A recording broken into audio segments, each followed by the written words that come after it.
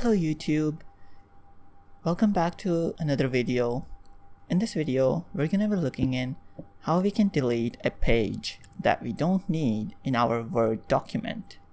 Now, as you see, people work through their pages, through their documents on Microsoft Word, and it's a very famous app that most people use for their documentation. But most people do encounter an issue like they have a blank page and they don't want it. So how do they delete it? It's pretty simple, and I'm gonna walk you through step by step how you can do it. So first, what you would want is open your document and look for the page that you want to delete. I'm gonna scroll all the way down, and we have this page at the end that I don't need but is still there. So put my cursor on it, and then I'm gonna hit Ctrl+G. And it's gonna pop up this window.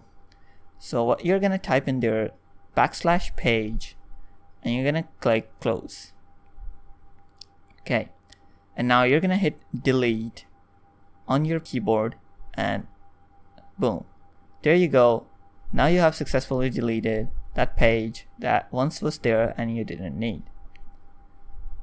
I hope this video helps you, and if it does, drop a comment and make sure you like and subscribe and turn on your notifications.